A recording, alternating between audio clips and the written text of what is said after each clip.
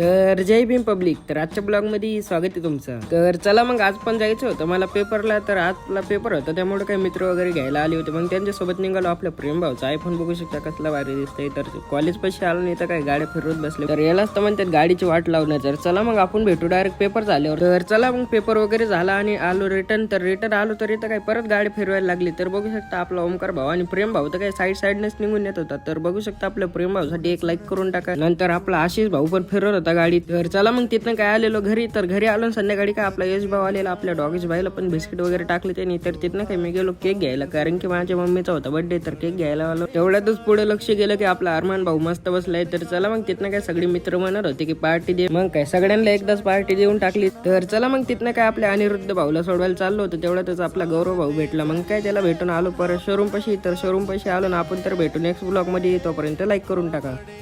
एकच नंबर आहे. आजचा विषय पडत भेटणार नाही. क्वालिटी क्वांटिटी एक नंबर आहे. फॉलो पण करा, सबस्क्राईब करा, लाईक पण करा, अनफॉलो पण करा. ब्लॉग तर पडलंच पाहिजे भाऊला. पहिले आली पाहिजे. Public like subscribe. चलो बाय बाय. चलो देवा.